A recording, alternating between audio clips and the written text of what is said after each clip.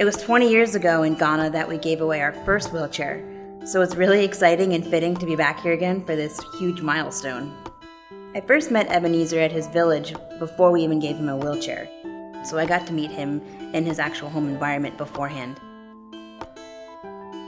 God has been so faithful to us. There are times when even finding our next meal becomes a challenge. But whenever I cry out to God, He answers. He provides us something to eat, even if it's very little. It was really amazing, and as a person with a disability myself, just to see the environment that he lives in and the challenges that he faces every day. For him to get anywhere he wanted to go, he had to crawl in the dirt, and his clothes were all torn up, and he was really struggling to get around.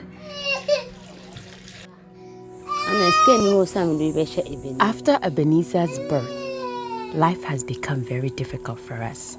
Anytime Ebenezer has to go to the toilet, I have to carry him. Anytime I go on an errand, I have to carry him.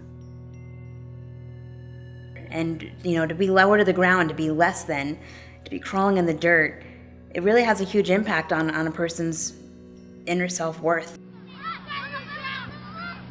You could see the kids playing football and doing things that he wanted to do, and he was just sitting there in the corner watching, and I could just see the pain and the sadness in his eyes and how desperately he wanted to be included.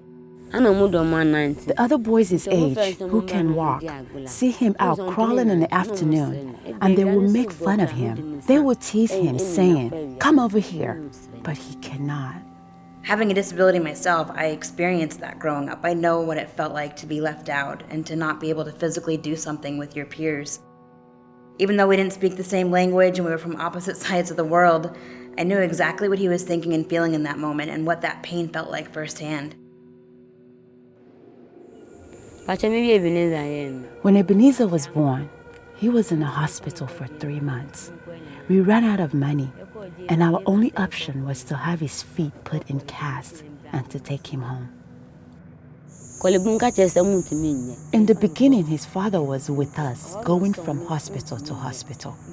But when we were told there was nothing we could do for Ebenezer, nothing we could afford, the father said, "Why don't we poison this child and have another child without a disability?" Agnes didn't want to have anything to do with that, so she left the dad, she left the family. She's been disassociated from the family now to raise Ebenezer on her own. And I can't even imagine the struggle that she's had to face. Because of Ebenezer, my family won't receive me, and people in town will not do business with me. There's still a huge stigma culturally against people with disabilities. In the case of Ebenezer and his family, his mother Agnes tried to sell eggs and bread, but people didn't want to buy them from her because they thought that she was going to be unclean and unhygienic because she had a son with a disability who was crawling around in the dirt. So there's this huge struggle that people have there with their finances, with social acceptance. Carrying Ebenezer everywhere is a burden. I know it would be so helpful to get him a wheelchair, but I cannot afford it. If Ebenezer gets his own wheelchair, I will teach him how to prepare food, how to feed himself, bathe himself, and do basic household work.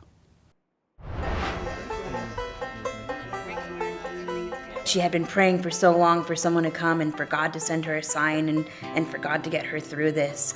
And she had been telling us how she had been praying for 5 years for her son to be able to have a life and to be able to go to school and be able to play with his friends. And then Joni and Friends shows up with a shiny blue wheelchair. The day we gave Ebenezer his wheelchair was a really exciting moment.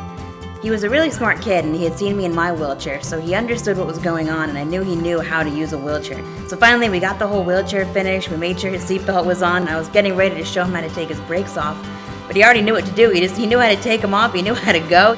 And just the smile and joy on his face as he took his first couple pushes and moved himself independently for the first time without crawling. I looked over at his mom, and she was getting emotional. You just knew at that moment that his life was changed forever.